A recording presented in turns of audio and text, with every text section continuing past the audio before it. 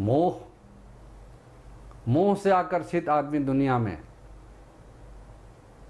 कुछ भी कर बैठता है।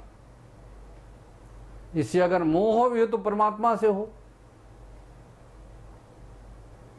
मद संसार में तो कष्ट देगा, लेकिन अगर हमको अहंकार होना चाहिए तो इस बात का कि हम परमात्मा को पाने जा रहे हैं, हम इतनी वस्तु लेने जा रहे हैं कि हमारा सब अभाव मिट जाएगा।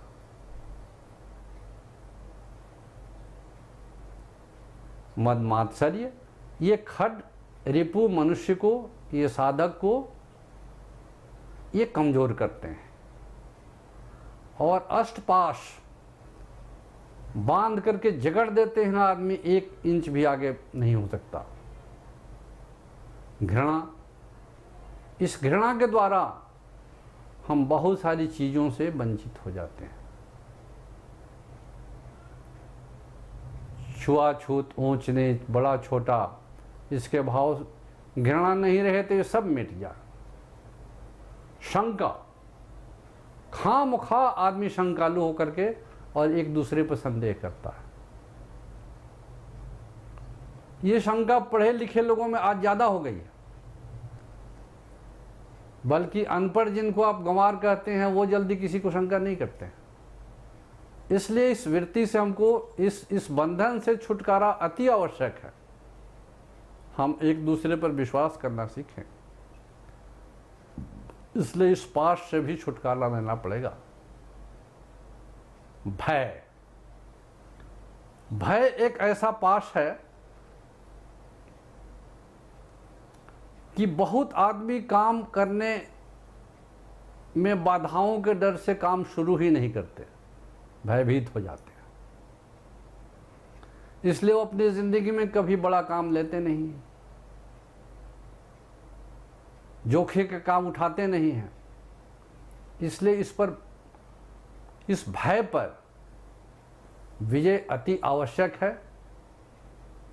जो आदमी भय पर विजय प्राप्त कर लिया, और भय है मृत्यु के भय का ही एक छोटा रूप। जब मृत्यु एक परिवर्तन है, एक दिन हमको आना ही है, डरें तब भी, नहीं डरें तब भी। ये ऐसा सत्य है कि जिसको एक दिन आना है, इसलिए हम डर के क्यों मरेंगे। इसलिए अगर इस पाश से बचना है, अपने चक्रों को ठीक करना पड़ेगा और इसके लायक उपचार हमको ढूंढना पड़ेगा कि योग साधना में है। इसलिए आचार्य से मिलकर इसमें से जो भी पाश, जो भी वृत्ति कोई तंग करने वाली है, आचार्य के सामने जाने से उसी प्रकार का विधान बतला देंगे, उससे आदमी को छुटकारा मिलेगा।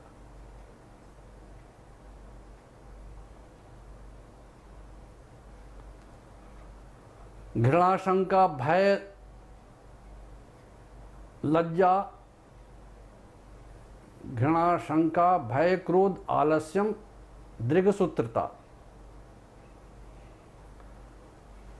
तो ये जो पाश हैं, ये बांधकर साधक को पटक दिया है, और जो रिपु हैं धीरे धीरे काट काट करके इसको और अब कमजोर करते जा रहे हैं।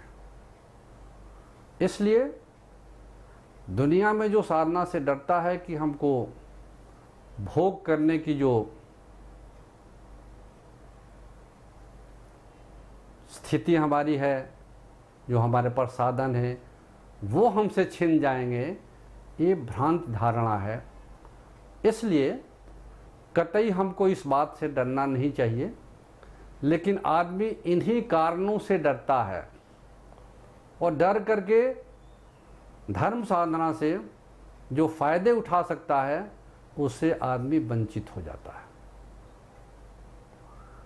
जो आदमी भयभीत नहीं होता, जो डरता नहीं है, इससे धीरे धीरे फायदा उठाने की कोशिश करता है, वही धर्म के रास्ते पर चलकर अपने शरीर की जो कमजोरियां हैं, शरीर की जो बुराइयां हैं, उनको धीरे धीरे दूर करता है। क्योंकि धर्म साधना के रास्ते पर चलने पर कभी ऐसा होता है कि कभी आदमी समझता है कि धर्म के रास्ते पर चलने, देखो ना फलाना साधना करने लगा इसलिए बीमार हो गया। तो क्या साधना नहीं करने वाला बीमार नहीं होता है क्या?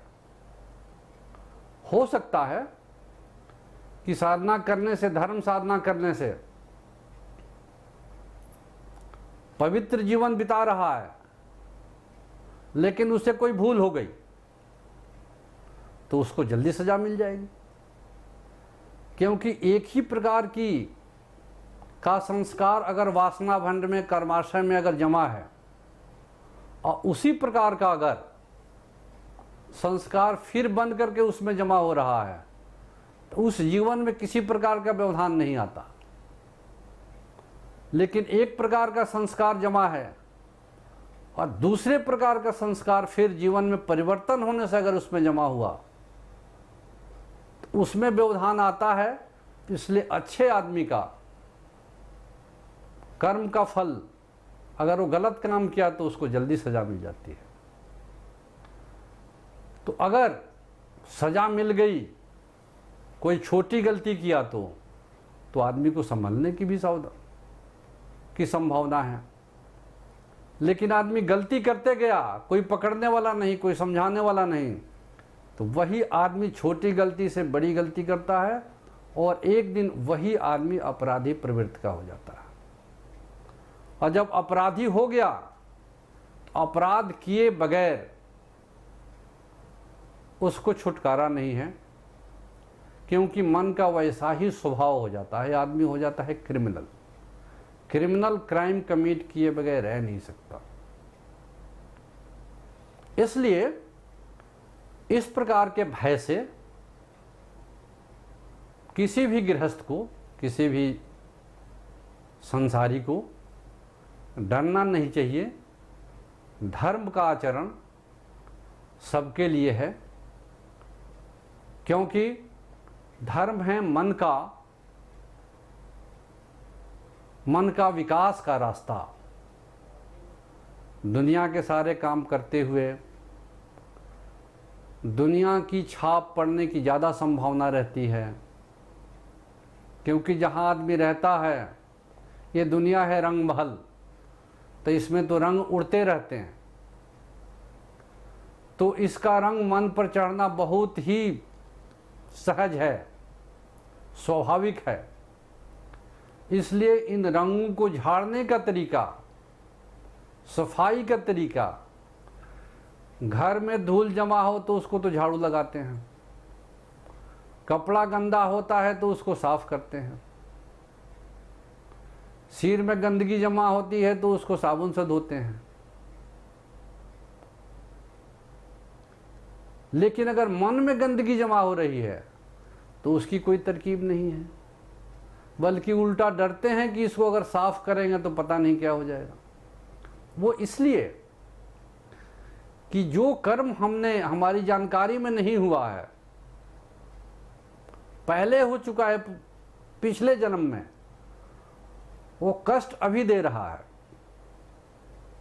लेकिन हमारी जानकारी में नहीं है, इसलिए वो कष्टकारक होता है।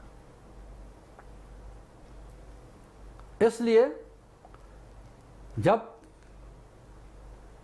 हम इसको तात्विक दृष्टि से विचार करते हैं कि हमारे पास जो भी जमा है, हमारे कर्माशय में जो भी संचित है, मेरे ही कर्मों का कर्म फल है, उस कर्म फल को हम ढोएं, उससे कष्ट पाएं कि उसके छुटकारा का रास्ता निकालें। इसलिए जो साधना पथ पर चलने से डरते हैं, उनके लिए राय है कि डरने का रास्ता नहीं है, इस पथ पर चलने से नुकसान नहीं है, फ़ायदे ही फ़ायदे हैं।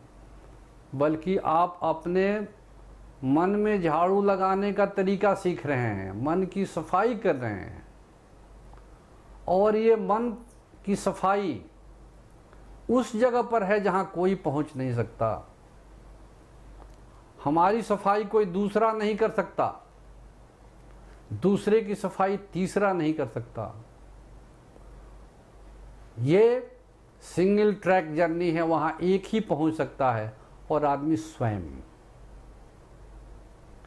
इसलिए परमात्मा ने एक मौका दिया है कि हम वहां टॉर्च लगा करके देखें, उसकी हम सफाई करें। सफाई नहीं करेंगे तो गंदगी जमा होते होते ऐसा हो जाएगा कि एक दिन वो संस्कार हमको मनुष्य रहने से वंचित कर देंगे।